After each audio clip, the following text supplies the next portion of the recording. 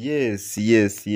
Hello friends, hello guys, ladies and gentlemen, believe ko mumeze neza. Tukaba tuje kurebera hamwe ese intambara cyangwa se amakimbirane ari hagati y'u Rwanda na Congo yaba agiye gushyirwaho akadomo, dore ko bahuriye muri Leta Zunze Ubumwe za Amerika, aho uwari uhagarariye Leta y'u Rwanda ari Minisitiri w'Ububanyi n'Amahanga Olivier Nduhungirehe, naho uwari uhagarariye Congo ari Madamu Kayikamba Wagner. Basinyanye amasezerano, aho tugiye kurebera hamwe rero ingingo zigera kuri 5 bemeranyijeho gushyira mu bikorwa vuba na bwangu mu rwego rwo kugarura ituze, amahoro n'umutekano mu karere.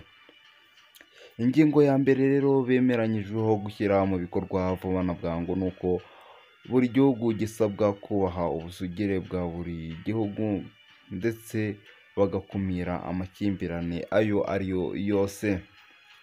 Ingingo ya kabiri kandi bemeranyijweho gushyira mu bikorwa vuba na bwangu ni uko bagomba guhagarika imirwano, kwambura intwaro no gusubiza mu buzima imitwe yitwaje intwaro idashamikiye kuri leta. Indi ngingo kandi bemeranyijeho muri Leta Zunze Ubumwe za Amerika ni ugushyiraho urwego rushinzwe iby'umutekano ruhuriweho n'impande zombi. Buri gihugu kigashyiraho cyangwa se kikohereza abantu bangahe bafasha mu kurinda ubusugire n'umutekano ndetse ku mpande zombi, ku ruhande rwa buri gihugu. Iyindi ngingo kandi y'ingenzi basinyanye kabisa ni ugufasha mu bikorwa byo gucyura impunzi kabisa. Ubona ko ingingo u Rwanda rwahoraga ruvuga ko ibabangamiye, aho Congo yihakanaga impunzi ziri mu Rwanda, ivuga ko ari abanyarwanda bagenzi bacu, ariko ubu murabona ko babishyizeho umucyo kabisa. Gahunda yo gucyura impunzi yamaze kwemezwa. Iyindi ngingo kandi y'ingenzi ni uko bategetswe cyangwa se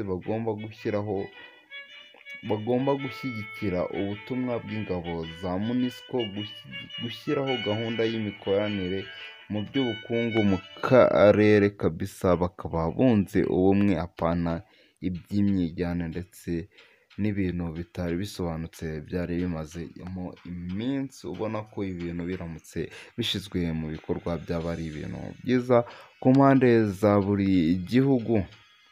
Nshimira mu minsi twabanye rero, ibyo basinyanye. Congo nitisubira ibintu byaba bigiye kujya mu buryo. Ciao Imana iba